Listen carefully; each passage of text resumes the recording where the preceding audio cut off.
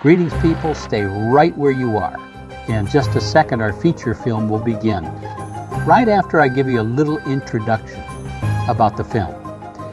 We have another great old black and white murder mystery from the 1930s and 40s. We want to be your source for these wonderful films from a bygone age. So stay with us. Enjoy the movie.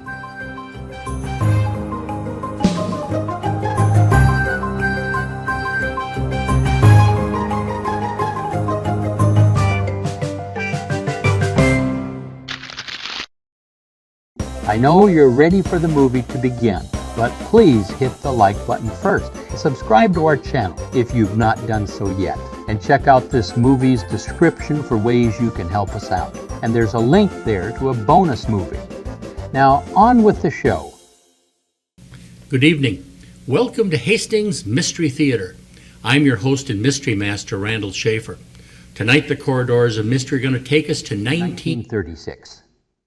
For a Chesterfield picture entitled Below the Deadline. Thanks for joining us. After a good-natured Irish police officer is framed for a diamond robbery and murder and presumed dead in a train wreck, he gets plastic surgery and returns to expose the real killers. Not to be confused with the 1940s film by the same name. This one stars Cecilia Parker, Russell Hopton, and Theodore Van Eltz. Chesterfield Pictures, a Poverty Row studio that actually just rented space at night at real studios and made super quick and super cheap B-movies. With a pedigree like this and mostly no-name actors, you'd assume this film would have little entertainment value. But despite a few minor gripes, it's a dandy little crime film. Canadian-born Cecilia Parker plays the female lead, Molly Fitzgerald. Parker, the daughter of a British Army officer, moved with her family to Hollywood when she was a child. After graduation from high school, she got a part as an extra and worked for about a year before she was noticed by Fox executives, who signed her to a contract in 1931. Her career went along great. Then in 1937, she was signed by MGM to play the older sister of Mickey Rooney in the Andy Hardy series. She was borrowed by Chesterfield from MGM, which seldom lent any of its rising stars to Poverty Row Studios. She returned in 1958 for one final Andy Hardy film, but then went back to the real estate business in California, where she died in 1993 at age 79. Russell Hopton plays the male lead, Terry Mulvaney. Hopton was born in New York City. He appeared in 110 films between 1926 and 1945. He often played fast-talking reporters, cops, or other streetwise urban types, with an occasional cowboy role in the mix. He died of an overdose of sleeping pills in North Hollywood, California in 1945 at the too young age of 45. Let's return to 1936 and enjoy Below the Deadline.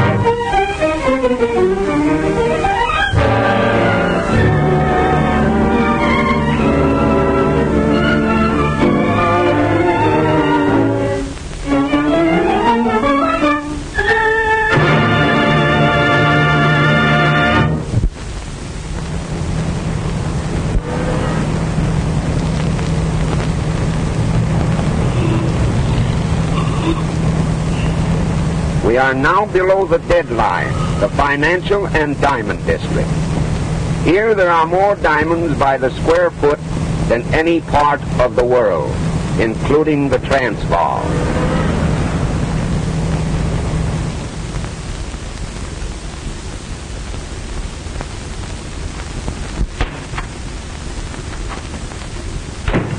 Good afternoon, Captain. How are you, Peter? Oh, hello, Captain Simon. Hello, Molly. Mr. Ravens is expecting you.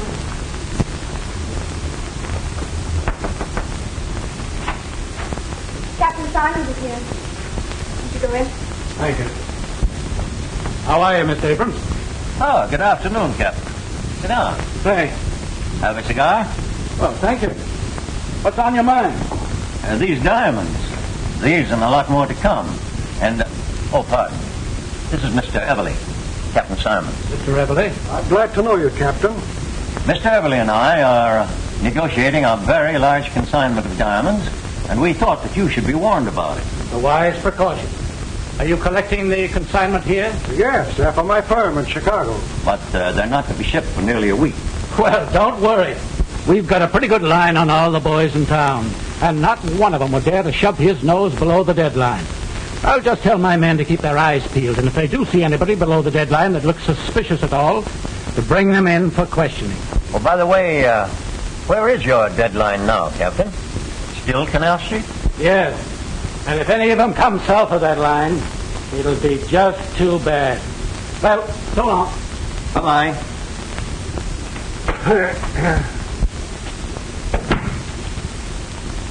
Well, I know where to get a nice solitaire for you, Molly, as soon as you give Terry Mulvaney the gate. You'll be too old by that time, Captain Simon. Oh, you're never too old.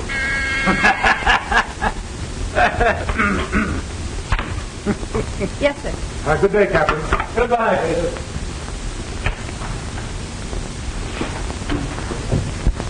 Well, Miss Fitzgerald, would you mind working an hour or two later tonight? Certainly not, Mr. Ravens. Then as soon as you're through, bring in your notebook.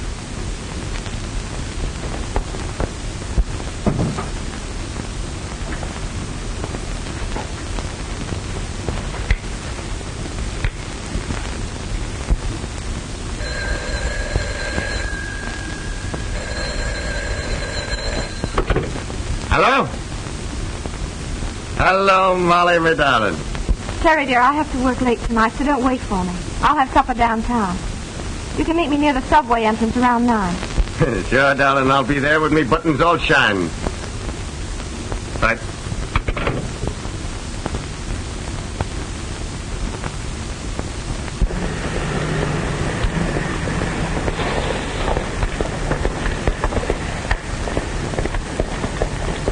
Good evening, sister. How about a lift? Terry!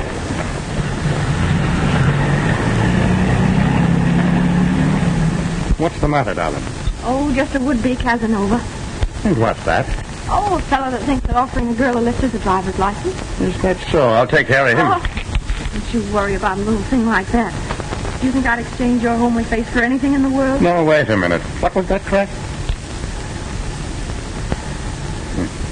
It goes for me, too, darling.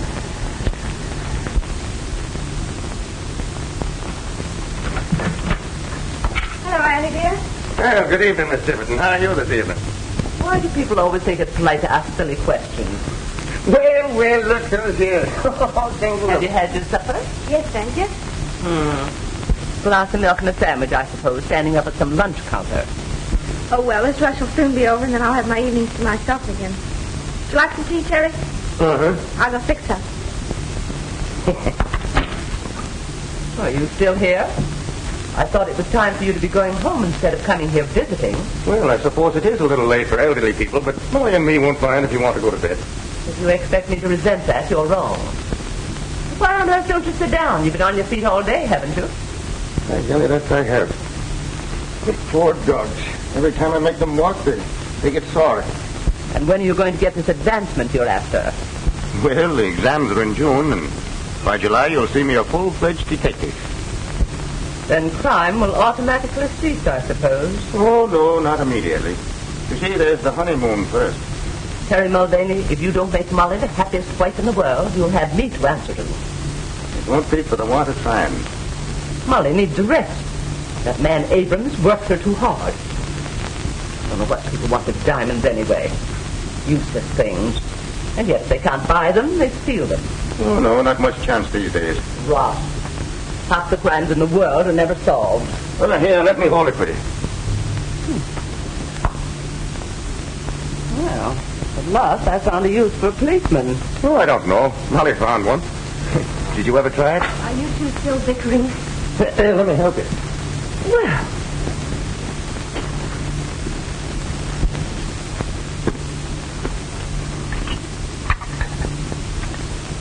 What are you sewing on now, darling, if I'm permitted to ask? Pillow slip, Mr. Mulvaney, for that red head of yours. you'd think you two were married already. When I was a girl, no young lady would have said such a thing. Did you faint too, or was it swoon? I think you'd better confine yourself to questions of more importance. You got your book, Terry? Oh, yes, sir.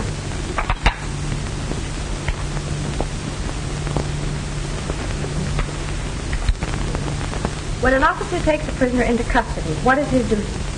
To search the prisoner for weapons and evidence, and conduct him directly to the station using every care to prevent his escape. Good. Under what circumstances is a policeman legally justified in using his pistol? What's that, correct?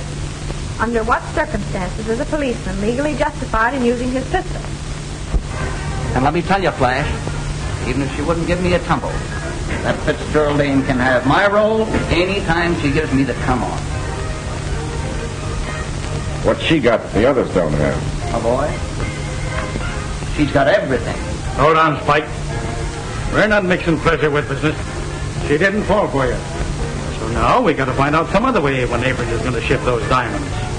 Rocks fascinate you, don't they? How do you think I got the name Diamond Dutch? Chasing after fluffs? Maybe not. But I never saw you pass one up. Right. But when there's a job on hand, I don't play with fire. You never saw me get burned. Well, I'm getting penny burned right now. Here we are, all set to make the biggest haul that's ever been pulled. And all you can think about is some dame that you've never even seen. But I'm going to see her. Tomorrow, I think. We better call the whole deal off. When you fall for a new fluff, I know what happens. So do I.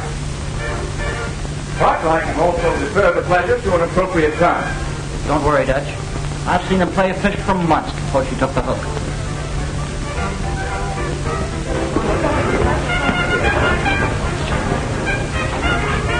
All right. But when does Abrams get in the balance of that consignment? That's all I want to know. Why pull this job a day too soon? When by waiting another day, we could get maybe $100 grand more. What'll you bet I can find out by tomorrow night? Come on. I'll split $1 grand with you. 500 apiece. Okay. That's a bet. You can land that Fitzgerald Lane, you've got it coming.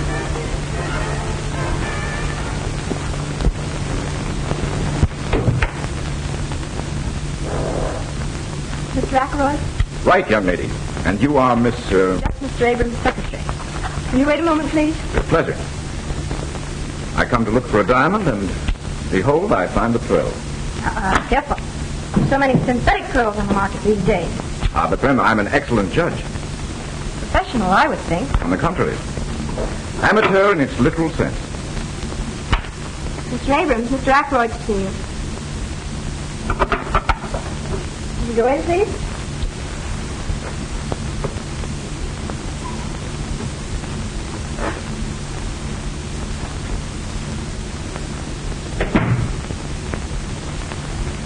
Sorry I'm so late. I suppose it's about your closing time. Oh, there's never closing time when we have a client. Won't you sit down? You said over the phone you were looking for stone of about 5 carats. Yes. A yarder. Send in the stones I selected for Mr. Ackroyd. Oh, that looks like a very fine stone you have in your ring. May I see it? Yes. I picked that up in Hatton Garden.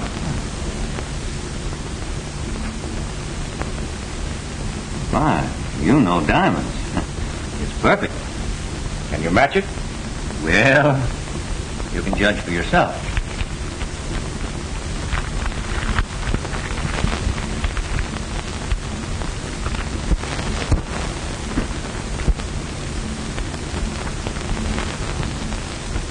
Did I use your glass? Certainly.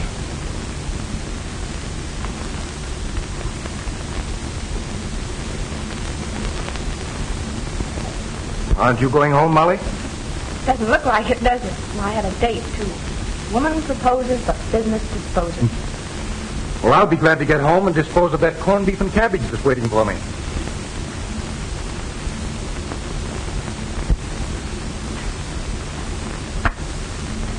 Well, these are the best. But neither is as good as mine. I'm afraid you're right. But I shall have more in Thursday. And I think finer ones. Could you call then? I'm not sure, but I think I could make it Friday. Well, I'm very sorry, but they'll be gone then. Tell you what I'll do. I'll give you 1,000 for that one.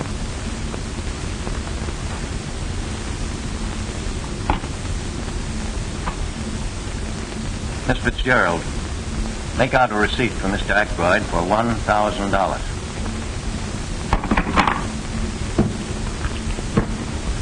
So that's that.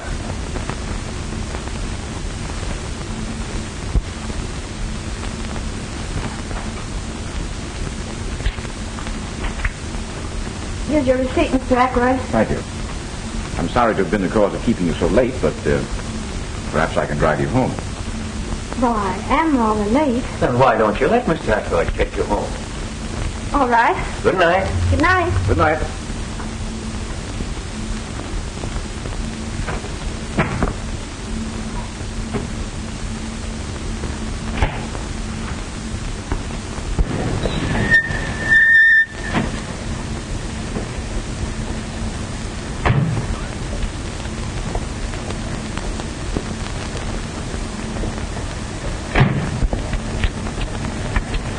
Thanks a lot. You see, I'm not so bad. Wouldn't you take me on approval for a while? Someone else? There's the proof. Hello, Terry. This is Mr. Ackroyd, Officer Mulvaney. Glad to know you indeed. And so you're the reason she was so anxious to get home. Meaning what? Well, you see, Mr. Abrams and I kept her a little late, and I offered to make amends. Oh, so you're a friend of Mr. Abrams' fellow. That's different. Well, I'm afraid I don't follow. Terry thought you were another smart aleck, like the one that tried to pick me up the other night. Well, I might be sorely tempted, but I don't think I'd try. I seem to be a better judge of character than you are. Well, good night, Mr. Mulvaney. Good night, Miss Fitzgerald. Thanks again, Mr. Ackroyd. Don't mention it.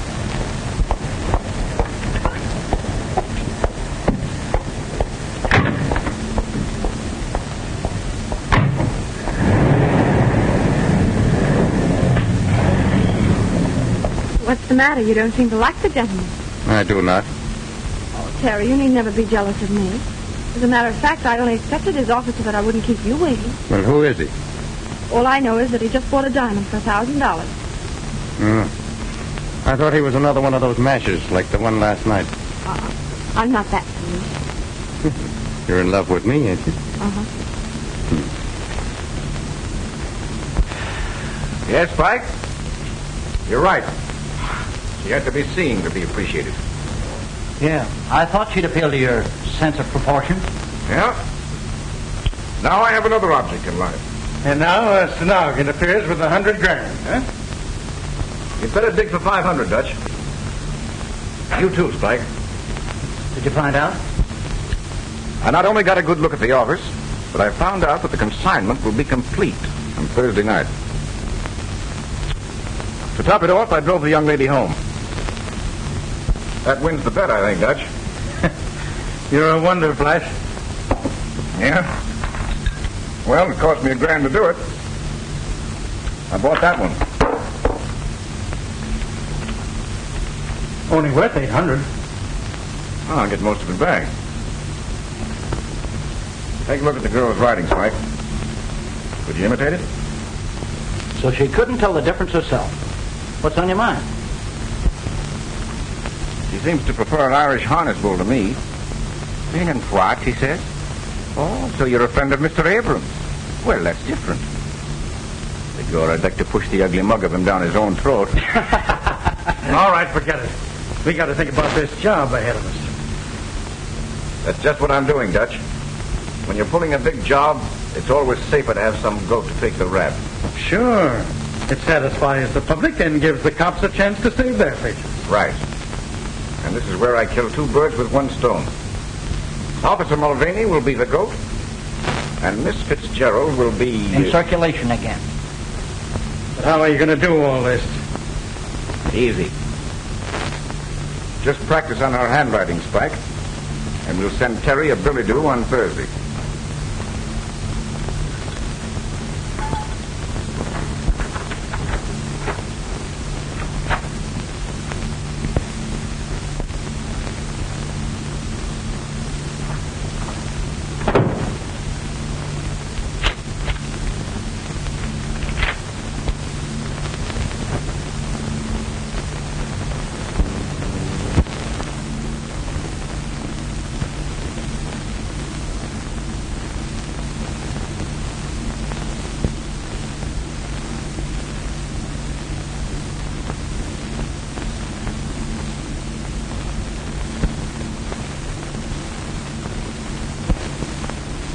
Sure glad I'm not on duty down here every night. It's too quiet. Yeah, I'd rather be uptown myself. Hello, boys. Well, no pinch tonight, Palmer? Oh, I think the captain's crazy. There's no one below the deadline tonight.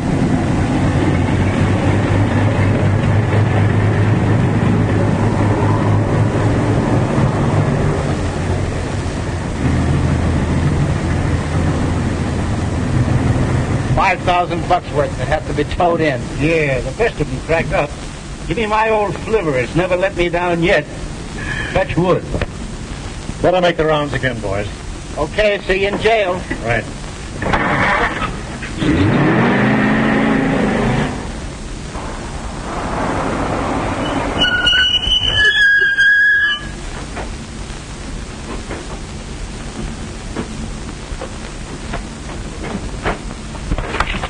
Okay, Flash.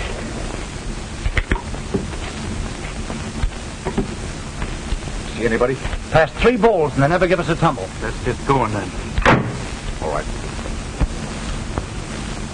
Hey, just a minute, Guardian. Well, for crying out loud, what are you doing down here? Well, what's the matter with you, Bill? You got the jitteys? Who is it? Why, it's Bricktop Mulvaney from 14th Street. Yeah, and don't go be saying anything at the station about seeing me down here, or I'll wipe up the floor with you. Oh, you know me, Terry. Yes, I know all of yous. So long. So long. Hey, what's the gag? Oh, nothing. We've been ribbing him at the station about being in love. He's got a girl works down here. Well, we've seen somebody anyway. Yeah, let's shove off.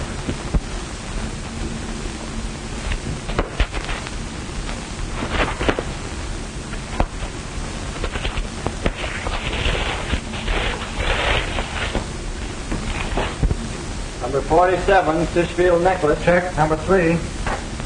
Miss Fitzgerald, call the express company now. Number 54, tray of 16 brooches. Check number 4. The line seems to be dead. What?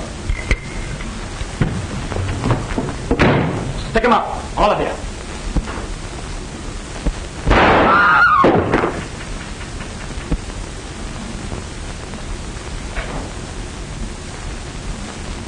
Good work, Terry. Terry. Shut up, and let that be a lesson to all of you. Keep your hat on your mug. You want that brick top to give you away? Now turn to the wall, all of you. Start now.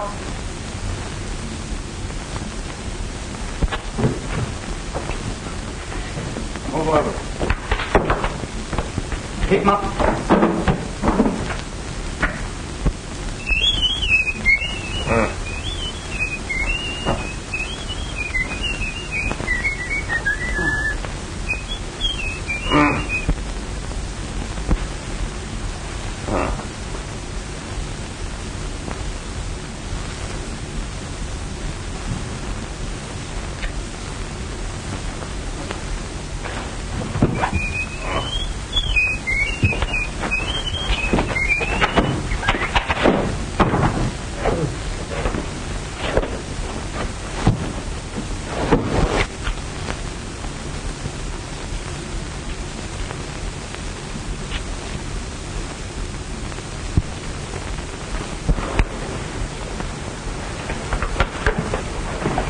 guys I'm looking for. Put them up. Put them up.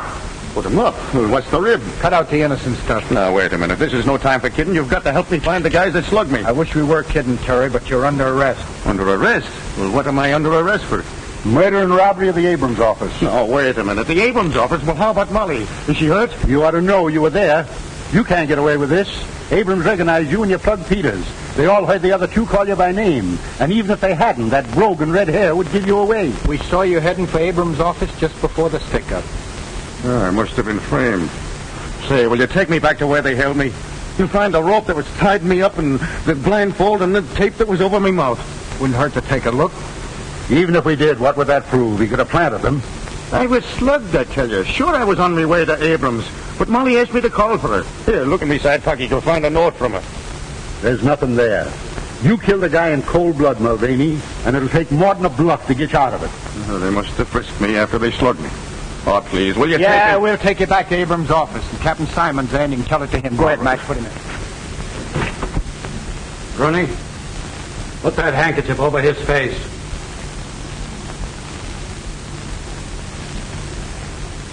We've got you, Mulvaney. You might just as well confess. But it couldn't be Terry. Well, naturally, you wouldn't admit it. But I don't think it'll be very difficult to prove that you were his accomplice. Now, you leave her out of this. Mr. Abrams, is that the man who led the hold-up men? It is. Without a doubt, it is. I've seen Mulvaney many times. I couldn't be mistaken. Mr. Abrams, are you sure that he is the man that shot Peters? Yes, I'm sure he is. I was slugged, I tell you. All right, Bill. Take him away and lock him up. Oh, Terry. Terry. It isn't true, darling. I was framed. I'm going to prove it. He's just putting on an act. Take him away. I have a few more questions that I want to ask you. Don't let them bully you, Molly, and don't you worry about me.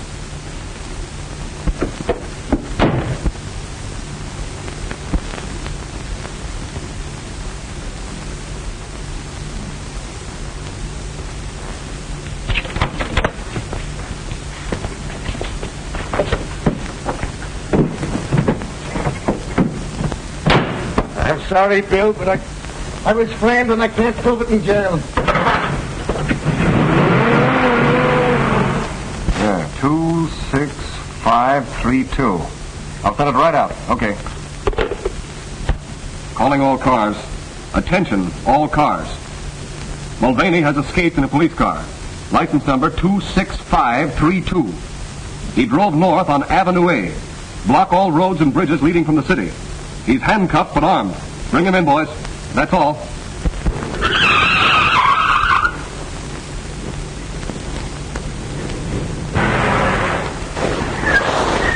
Yes, sir. What can I do for you? There's nothing to be scared of, buddy. You do what I tell you. I want you to cut these handcuffs off me. Yeah, but what'll they do to me for helping a prisoner escape? You're helping an innocent man, and you'll be glad of it one day. Come on, hurry up.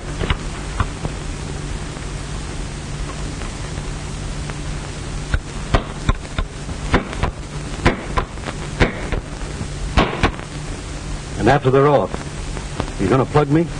I'll make a bargain with you. I won't harm a hair on your head if you keep still about this. All right. Calling all cars. Attention, all cars. Mulvaney reported seen on Lincoln Highway speeding west. Use special caution. He's probably listening to these broadcasts, so we can't give location of blockades. That is all. Come on, hurry up. Repeating broadcast 47. Mulvaney reported seen on Lincoln Highway speeding west. Step on it, Dave. We must be right on his tail. Thanks.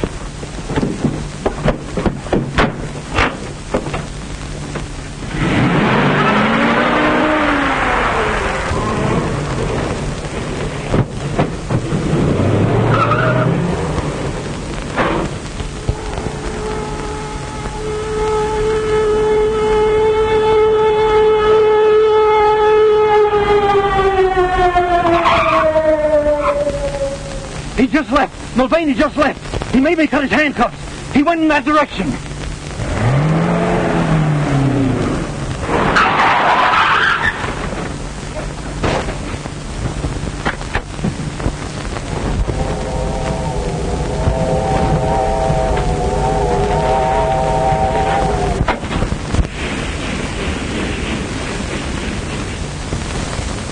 take your time, people. You belong in these parts? Oh, just this one. What's the next stop? Don't you know what train you're on? Oh, sure. The Tipsy train. No. You gotta go back to Hopeful Junction to get that.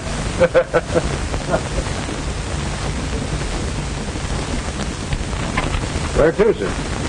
Albany. 585.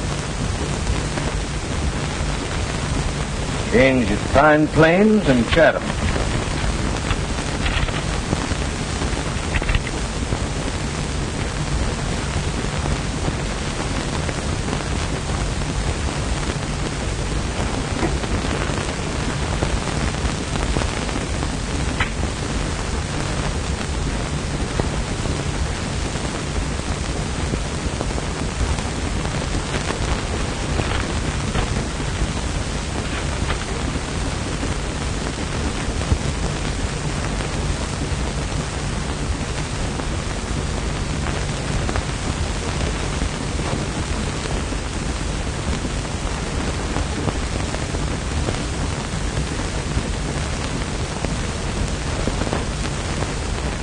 Police wired billings. The man in Section 9 answers the description exactly. Take a walk through, but don't let him see you look at him. And if you think he's the guy, we'll stop and send a wire ahead to the sheriff, Pine Plains. Right. Now look here, Mr. Fitzgerald. I'm not as interested in the capture of Mulvaney as our friend the detective is. But I'm an investigator for the insurance company, and my job is to get the diamonds back. Are you going to help me, or are you not? I tell you again, I know nothing. I don't believe Terry had anything to do with it. Wasn't it because you saw him that you fainted? I didn't see him. Terry didn't do it. Then why did you call him by name? I didn't. One of the men called the murderer Terry. I repeated the name in amazement. Never thought it was Terry Mulvaney. Yet you admit you tipped him off. I only told him I wouldn't have to work late after the diamonds were shipped Thursday. Same thing. Are you in the habit of fainting? No.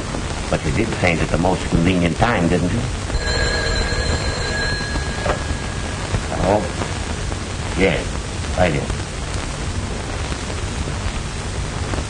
Thanks. Hello? This is Stenton calling by request, Bill. I diddle, the captain of the fiddle. What's that? You got him? That's great. Okay. You don't know anything, huh? Then let me tell you something. Mulvaney's been caught and he's confessed and he said that you were in on it. I don't believe it. Your game's up, girlie. You've got to cut out the bluffing. You're doing the bluffing. If Terry had been caught, don't you think you would have been overjoyed? Instead, you sat there and watched my reaction. You'd better learn to act. Sorry I can't say the same thing to you. But I'm very glad to know just how clever you are. Well, they both think they're clever. Mulvaney has as much chance of getting away as the well-known dog with rubber legs has. How's this? Feel certain passenger on number 19 is Mulvaney, wanted for murder. Meet train at Pine Plains. I hope there's a reward out for him. Maybe there is. We'll stop at Clinton and shoot this ahead.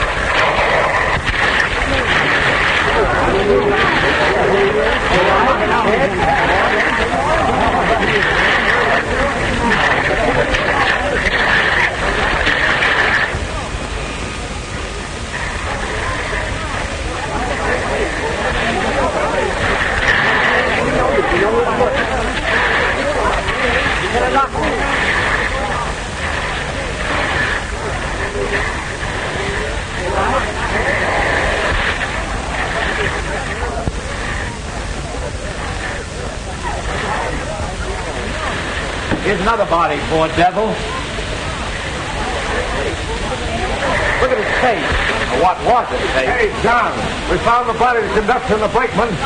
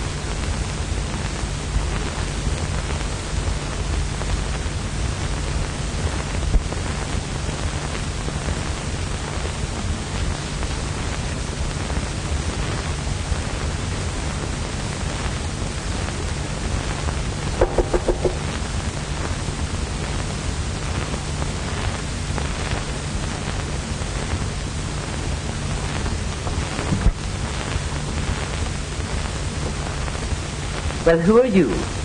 And who asked you to come in? If I waited to be asked, I'd be on the outside most of the time. I see she's read the news. Are you one of the detectives? No such luck. Death did their work for them. I still have to find the diamond. But you won't find them here.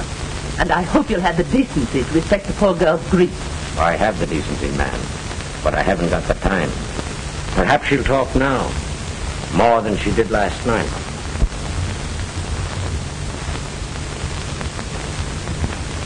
Are you ready to talk now? What do you want? You know what I want. The diamond. Can't you leave me alone? Can't you understand anything? Terry didn't do it. And now he can never prove it. He proved that he did do it, you mean?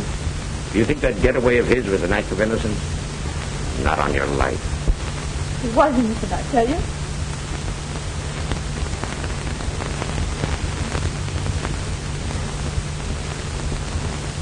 You expect to find the diamonds behind the pictures or under the carpet? Molly said she lived with her aunt. Are you Miss Tibbet? None of your business. I make a lot of things my business. In fact, I sometimes act like an old woman. Oh, no offense, madam. No offense. If you think you can get me angry that way, you're mistaken. And if you're through, there's the door. Who were Mulvaney's Confederates? He had no Confederates. He didn't do it. He didn't. Come on now, Molly. Terry's dead. See those guys that let him down and get all the gravy, do you? I don't know what you mean. You know what I mean. Those fellas that framed him. That's why they called him by his name. You don't want to see them spit Jack while Terry ain't cold. Stop it. Don't you think I've suffered enough? Yes, he's dead. You who killed him. You with your false accusation. You drove him to it. Somewhere the real criminal's laughing at you. Laughing at your stupidity. I'd laugh too. I'd like to laugh, but Terry, the joke's on him too.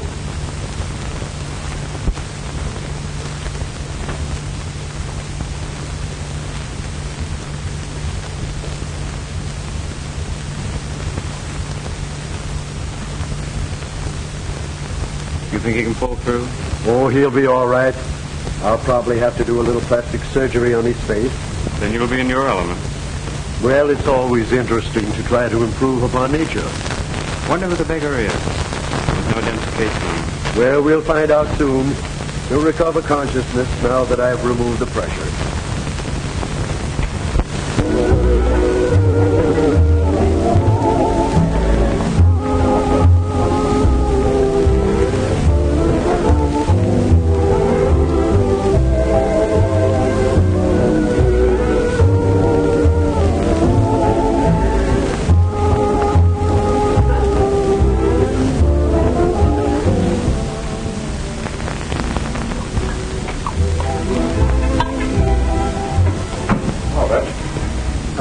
I see. It's my long suit.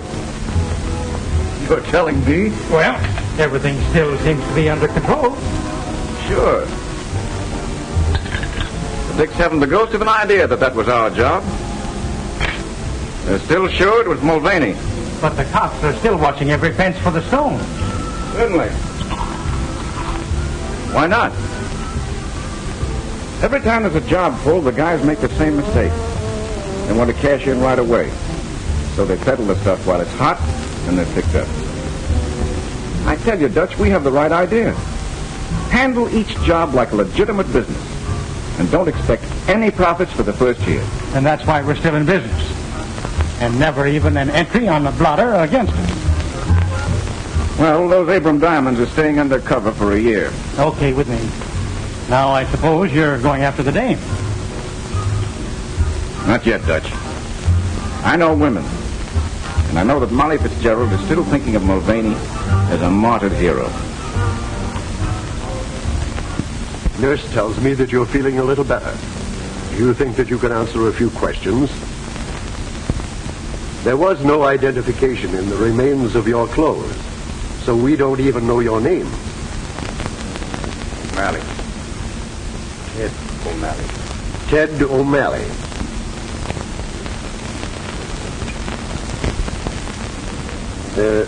Have you any relatives or friends that we can notify? By the way, what kind of a nose did you have? I mean, I shall have to build up your nose from practically nothing. Couldn't you get me a photo to go by? I'm afraid he's a little too weak yet, Doctor. Oh, well, I'll give him a classical one.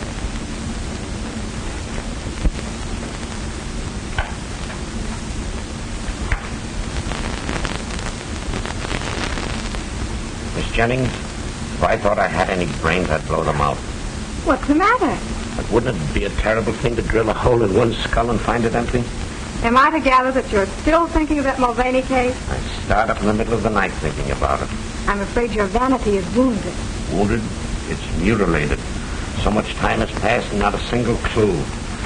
And a fortune in diamonds disappears. Strange case, all right. I'm going to see that Fitzgerald girl again. I think she must be bluffing.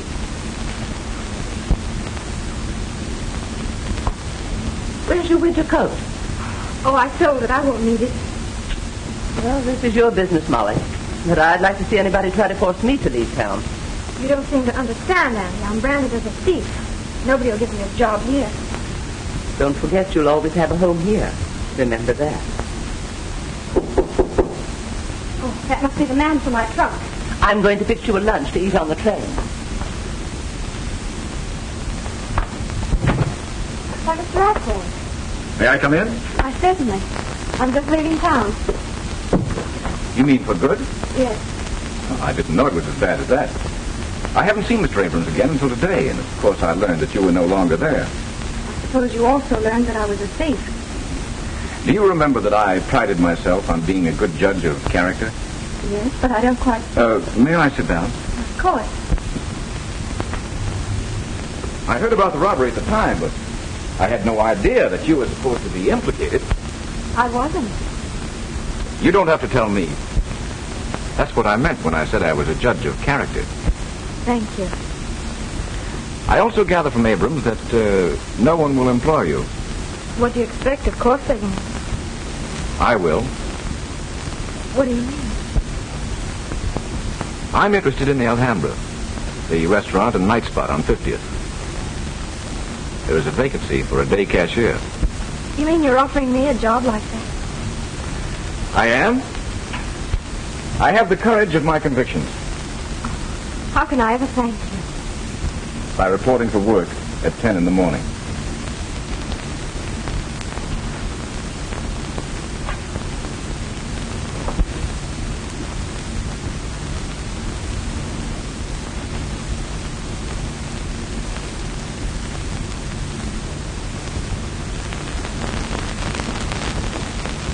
Yes, we can lay the bandages off now. Sure, Doc, and that won't make me mad.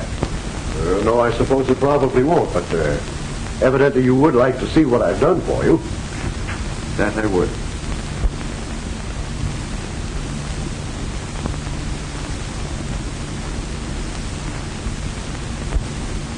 Well, O'Malley, how have I done? Hey! Don't break all my fingers. Well, Doc, that's exactly how I feel. And I doubt very much whether I'll ever be able to again. But evidently you approve. Tell me, is it as good as the original? Doc, I think it's a bit improvement. And if it wasn't for me head, I wouldn't even know myself. Well, you know, you really could dye that and have a little joke with your friends. Huh? Oh, yes. It would be a joke, wouldn't it? Well, I'm really glad that you're pleased. And the railroad company will be, too. You'll probably let them down easier. What do you mean? Why, the insurance adjuster has been here several different times. They offer to settle with you for $2,000 in cash and all your hospital bills. $2,000? Yes, and you won't have to go to court and give half of it away to some attorney. $2,000? Well, that would come in handy. Why, yes, of course it would. Incidentally, here's the check that the insurance adjuster left and also his form of a release. You can sign that if you care to. It's entirely up to you. Doc, I wonder if I could have that in cash. Why, I suppose so. Just endorse the check and I'm quite sure they'll cash it.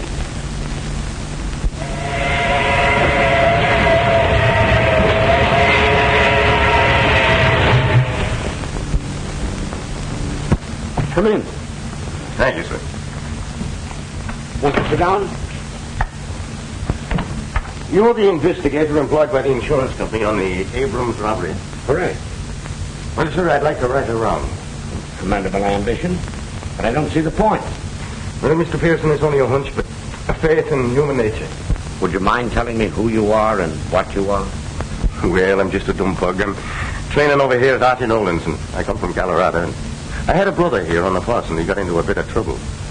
We were pals from the time we were kids, and I'm sure that he'd never do anyone any harm.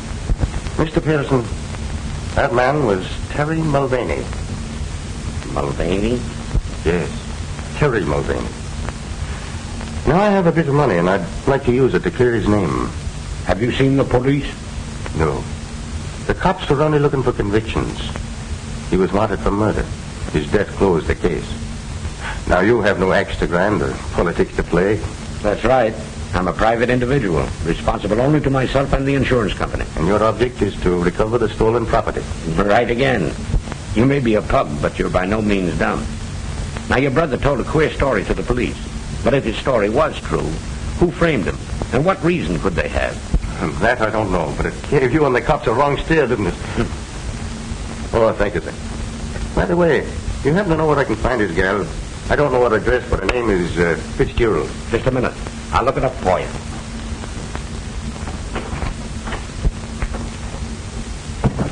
Miss Jennings, get the Mulvaney file. Quick, the fingerprint record.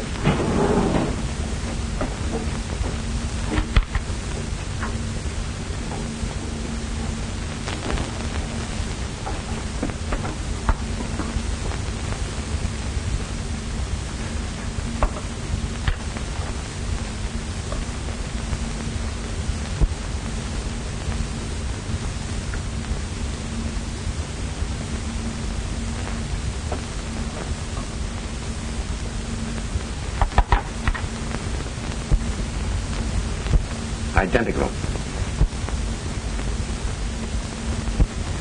He's our man.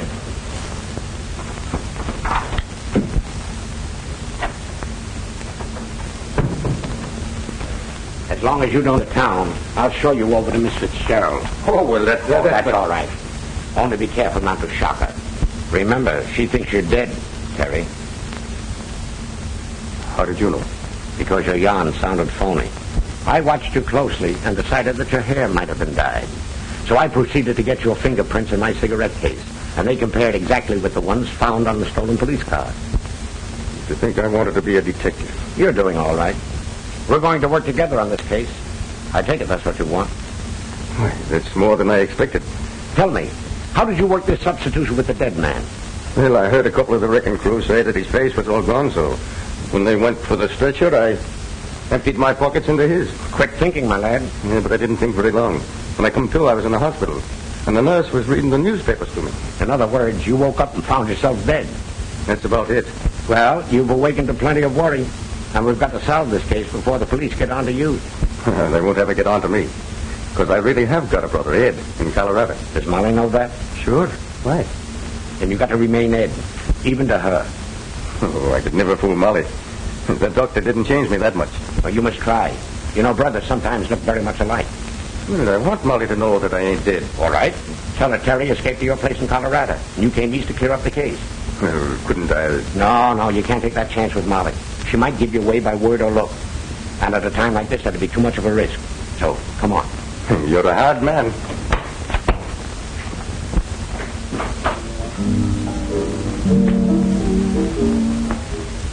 We saw Pearson outside talking to a guy. Pearson? Oh, the insurance company sleuth. Forget him. What'd you find out? Well, we can get rid of a few grand's worth. It's safe enough now.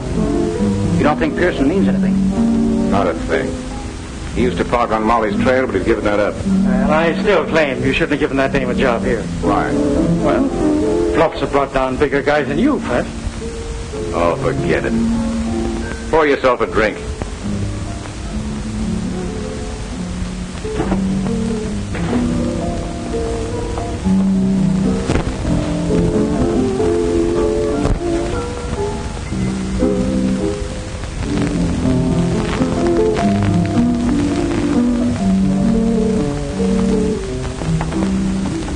Good evening, Molly. Why are you so happy? Now that I've got a job again, can't you leave me alone? Please don't get me fired. Oh, don't worry about that. I just wanted you to meet a friend of mine. This gentleman here has convinced me that Mulvaney was innocent.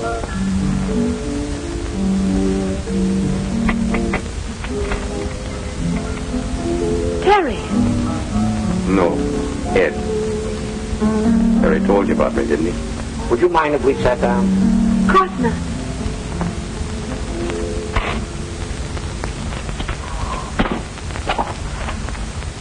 Yes, Terry did tell me about you, but you might be his twin. No, is that nice?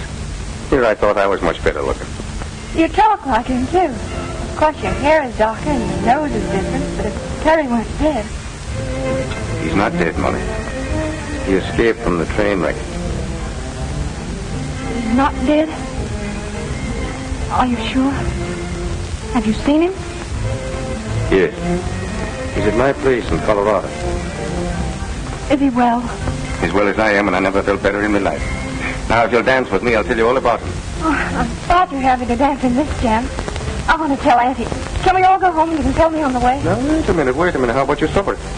I'm far too happy to eat. Come on, Mr. Pearson. No, you two run along. I'll stay here. Hey, boss. Pearson and that ape we saw him with outside was talking to Molly. She's acting up like a 2-year-old.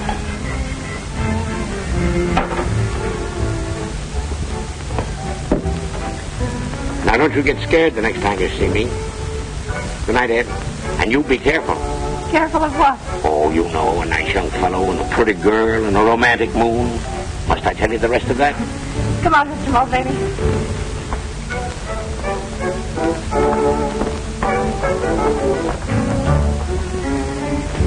Boss, looks like you've been asleep at the switch.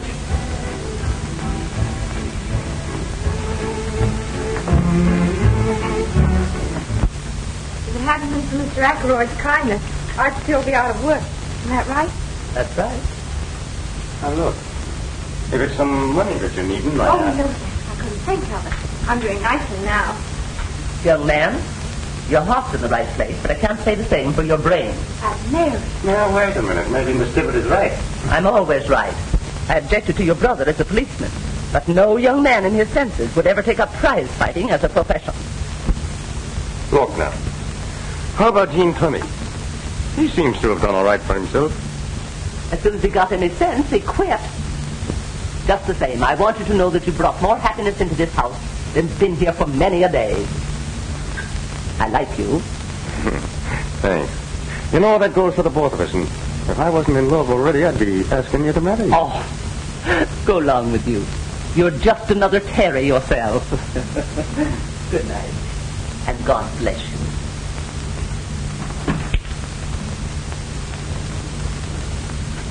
Well, I guess I'd better be going, too. Oh, no. I want to hear it all over again. Again? Oh, my dear child, I told you in the taxi, and I told you in the park, and I'm just after telling your Aunt Mary here. I know, you're a darling. I didn't mean to say that. Well, what's wrong with calling me a darling? I don't know, something just came over me. I suppose it's because I'm so grateful to you, Mr. Mulvaney. I thought you promised to call me Ed. What's the matter? I don't know. Ed, I seem to have known you forever. It's just the way I want you to feel. You don't understand. Please go.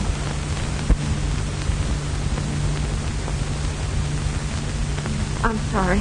Will you forgive me? For what? I was going anyway. I suppose you think I'm crazy. I feel crazy. After all these months of anxiety, you suddenly appear and sweep it all away. I want you to know how happy you've made me, and how grateful I am to you.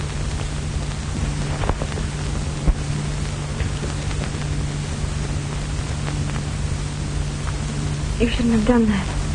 You misunderstood. I think not. But it isn't fair. You know I'm engaged to Terry, and you said you were in love with somebody else. I said no such thing. You did. You told Aunt Mary. You meant? All's fair in love and war. Good night, Molly dear.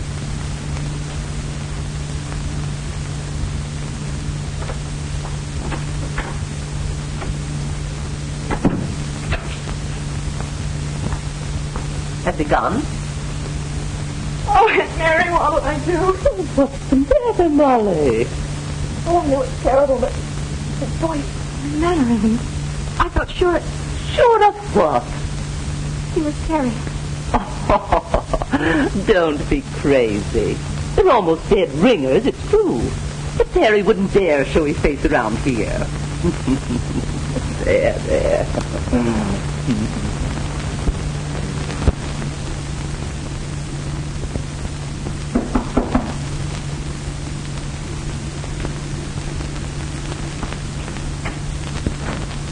You sent for Mr. Blackburn? Yes, come in.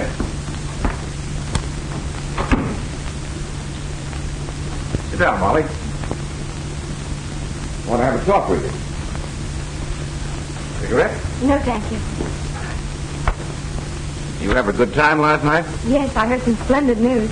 Why do you ask? Well, I happened to see you go out with, Mr. Mulvaney? Mulvaney. Yes, he's a pugilist. Oh, a fighter, eh?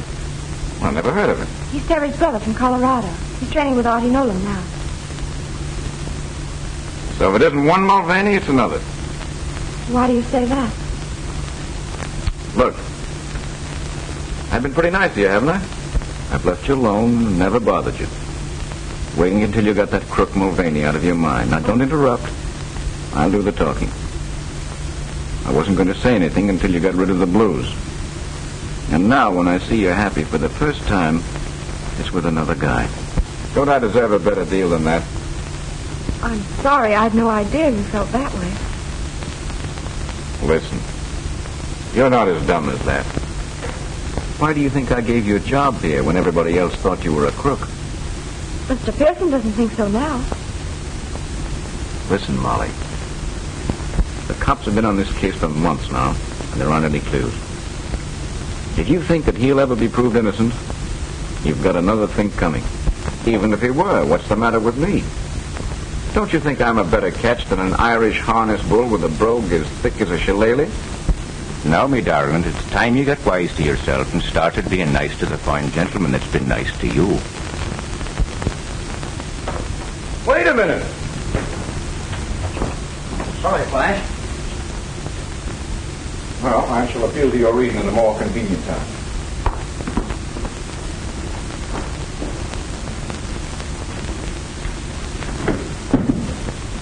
You mean to bust in on the party?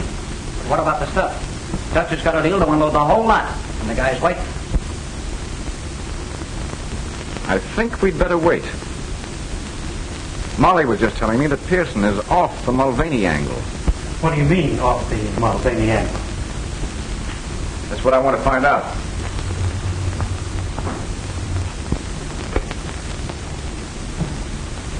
Send Al up here at once. What? What's the matter? Molly's walked out. That's the best news I've heard today. Shut up. She must believe I'm an awful sap if she thinks I can't keep her from walking out. Well, maybe it'll be more fun this way. Okay, Oscar. Keep Molly's job open. What's it, boss? Yes, Al. You used to hang around Artie Nolan's, didn't you? Sure, that's how I learned to use my mitts. Unfortunately, this job calls for brains. However, I'll try you out. I want you to go back there and get to know a pug from Colorado. He's a brother of Terry Mulvaney's. What's he look like? You saw him last night going out with Molly. Oh, I thought there was something familiar about that mug's face. What do I do? Spoil his looks? Oh, no, nothing so crude. Just get his confidence and when you...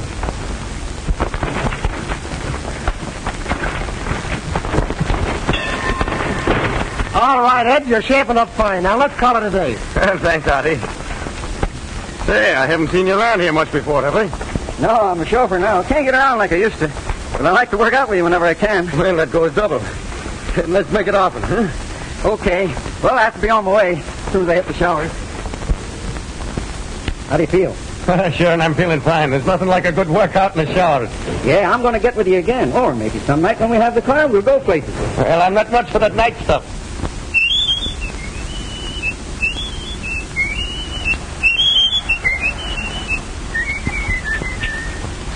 Say, Al, who is it you work for?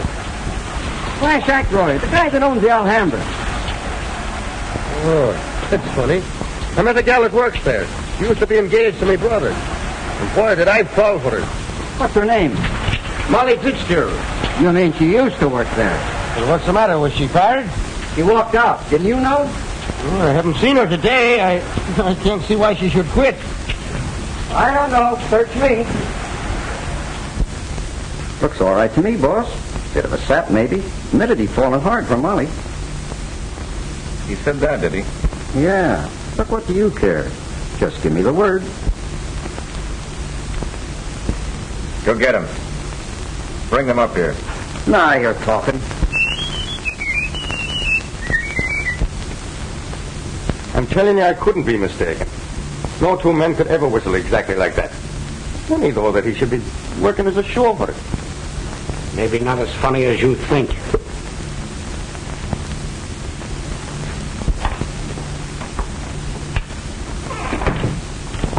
I just got your message, Ed. Oh, you're not mad at me after all, eh? I mean, for... Excuse me? For kissing you last night. Are you going to learn to love me? That's not fair for me or for Terry. I told you before that all's fair in love and war. Repeating it doesn't make it so. Molly, sit down. I want to talk to you. You know, from the first minute I walked into that place last night and laid eyes on you, the heart within me stopped. And then it started to pound like a trip hammer. And that sounds something like love, doesn't it? Not necessarily. It could be indigestion. Once a snooper, always a snooper. That's what I'm being paid for. Why did you walk out on Ackroyd? He said he had an ulterior motive in giving me a job. How did you come to meet him in the first place? He came to buy a diamond from Abrams. That checks. With what? Theory, young man. How long before the robbery was that? Oh, just a few days. Then if he bought a diamond, he got a receipt. Yes, I made it out myself. Better than I expected. Then that would give them a copy of your handwriting. Remember the note from you that Terry told the police about? Yes. Well, that would put Terry just where they wanted him. One of them might have had red hair, or he could have worn a red wig. And if he was able to imitate Terry's brogue... Oh! What's the matter? Ackroyd. Ackroyd gave me a perfect imitation of it. And that checks. Somehow I think we're getting places. Do you really think so? Yes, I do. And you needn't worry about a job anymore. I can get you back with Abrams anytime you want. But you'll soon have Terry back, and then you'll be getting married. Yeah, wait a minute. What's that crack? Do you think Molly would take a cop when she has a chance to get an up-and-coming pugilist like myself?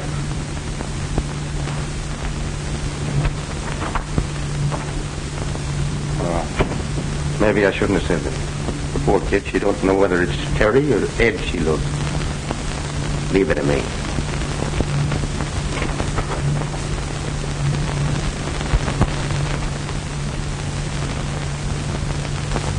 What's the matter, Miss Fitzgerald? Mr. Pearson, you really believe Terry's innocent, don't you? Why, certainly. Why do you ask? Because I don't know whether I should tell even you, but that's Terry. What are you talking about? That's Terry Mulvaney, not his brother Ed. I wondered why I was so attracted to him. I thought it was his voice, but his eyes were the same, too. Go on. It was when he cupped his hand to his ear and said, "What's that crack?" Then I knew for certain. I tell you, Terry's come back from where I don't know, but I'm afraid. There's nothing to be afraid of. Terry didn't come back from the dead. He came back from the hospital. I've known it all along. Then I've been the goat. I'm going to give him a piece of my mind. Oh, just a moment. It was all my fault. I insisted. I was afraid that, try as you might, you would give him away. He had no right to make love to me. Well, who had a better right? Nevertheless, you wait. Don't you tell him.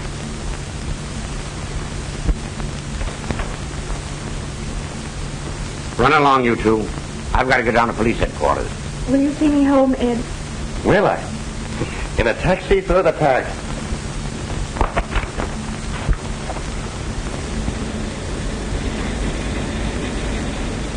Ed, there's something I must tell you, and it may relieve your mind. Well, me darling, you go right ahead and tell me. I've been true to Terry all this time, even though Auntie and everybody said I was a fool. They did. Yes, and it wasn't until he disappeared that I found out what a wretch he really was. Well, that couldn't be so. It's a pack of lies, I tell you. The truth, all right. Well, just show me one black eye that would ever say a thing against me. Well, against me brother. I can show you a dozen. People who bribed him. Girls he wronged. Why, it's lies, I tell you. It's lies. Well, now tell me what you're laughing at. Terry Mulvaney, alias Brother Ed. Terry Nah, Terry. You're lying to me anymore. Oh, Molly, darling. Oh, Terry, what happened? Why didn't you tell me? I was making me escape on a train and it was wrecked. I changed places with a dead man. Oh, Terry, you poor dear. Oh, I was never so rich in all my life. You must think I'm terrible. But it was mean of you not to tell me. Mr. Pearson wouldn't let me. Yes, I know. He told me.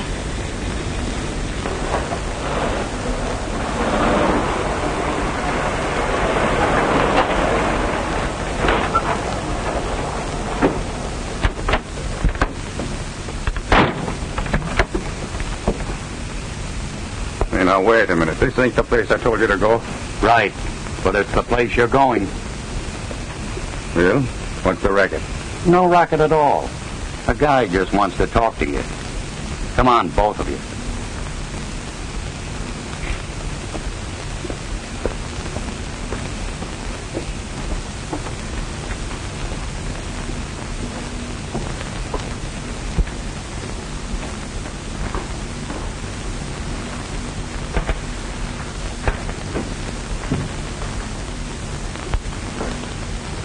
So here you are.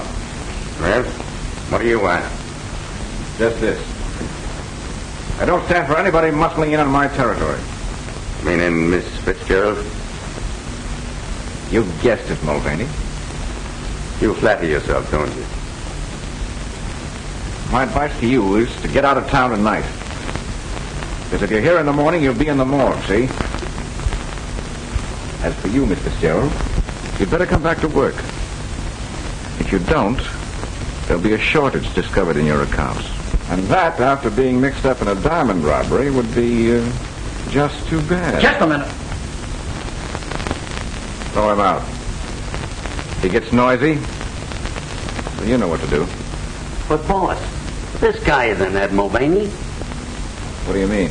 I heard him in the cab saying that he had changed places with a dead man. His real name is Terry Mulvaney. That it is. What about it? You're wanted for murder. What are you doing back in town? Looking for the guy that framed me. Still sticking to that story. Who do you suspect now? Who do you think? Got the car handy, Al? Sure, boss. See them home.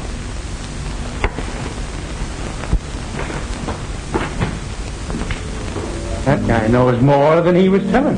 Pearson must be onto something. I knew that dame would snag us sooner or later. Who's snagged? Maybe they don't know a thing. I'm just not taking any chances. The alley's full of cops.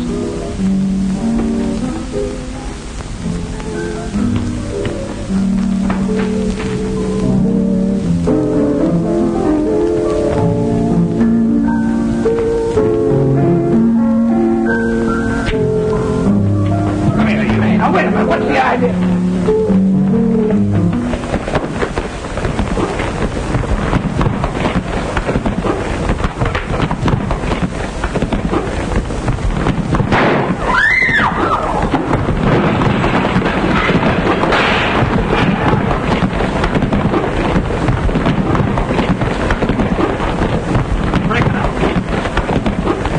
Are you all right, Terry? Why, sure he's all right. What do you think I've been training at Artie Nolan for?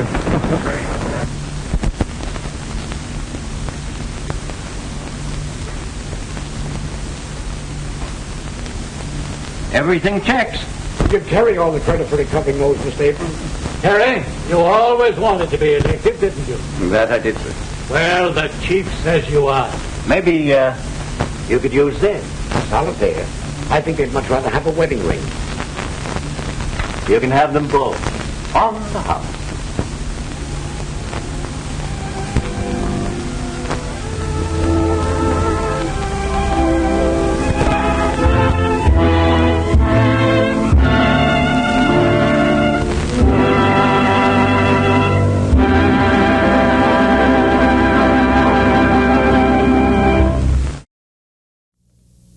Well, did you enjoy the movie? I certainly hope so, because me and my wife Judy and Hastings Cable Access guru Dan LeClaire really enjoy bringing these old movies to you. You can see Hastings Mystery Theater right here. To see you next week. Enjoy. Bye.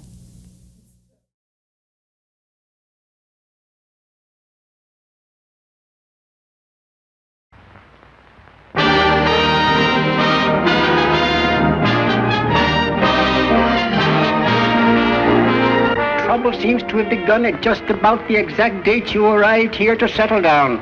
In the last 3 weeks, 2 murders have occurred in our city. And you have been connected with each of them. We're being laughed at by every other city on the coast.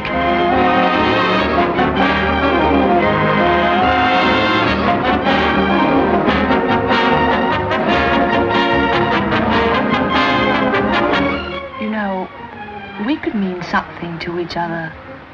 Really? The 5,000 didn't mean so much to you. Maybe. After I've cleared up a couple of murders, you and I could have a lot of fun. Isn't that something really worth working for?